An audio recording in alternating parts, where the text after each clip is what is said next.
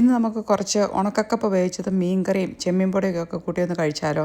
ഇപ്പോൾ ഞങ്ങൾ വെക്കേഷനൊക്കെ പോയിട്ട് വന്ന് നമ്മൾ പുറത്തെ ഫുഡൊക്കെ കഴിച്ച് മടുത്ത് ഇനി നമുക്ക് കുറച്ച് നാടൻ ഫുഡ് കഴിക്കാനാണ് തോന്നിയത്. അപ്പം കപ്പ നമ്മൾ ഇതുപോലെ തലേദിവസം തിളപ്പിച്ചിട്ടു. എന്നിട്ട് നമ്മളത് ചെറുതായിട്ട് ഞുറുക്കി അടുപ്പത്ത് വെച്ചിട്ടുണ്ട്. അതിനകത്ത് കുറച്ച് വെള്ളവും ഉപ്പും കൂടെ ചേർത്താണ് വെച്ചത്. ഇനി ഇതിനകത്ത് അരച്ചിടണം. അതിനുവേണ്ടി കുറച്ച് ഉള്ളി, വെളുത്തുള്ളി, പച്ചമുളക്, പിന്നെ കറിവേപ്പില ഇതെല്ലാം കൂട്ടി നമ്മൾ തേങ്ങയും കൂടെ ചേർത്ത് നന്നായിട്ട് അരച്ചിട്ടുണ്ട്. ഒത്തിരി അരയണ്ട, ഒന്ന് ഒതുക്കിയാൽ മതി.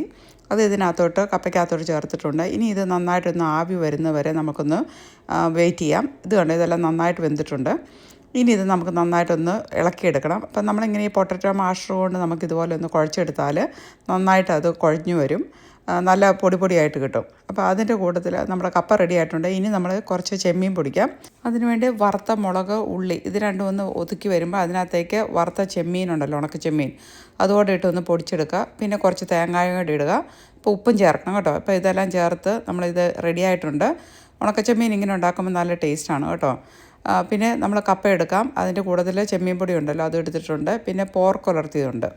പിന്നെ കുറച്ച് സ്രാവ് മീൻ ഇങ്ങനെ തേങ്ങാക്കൊത്തിട്ട് ഉണ്ടാക്കിയതാണ്. അത് തലേദിവസം തന്നെ വെച്ചിരുന്നു. അതുകൊണ്ട് തന്നെ അതിൻ്റെ പുളിയൊക്കെ പിടിച്ചിട്ടുണ്ട്.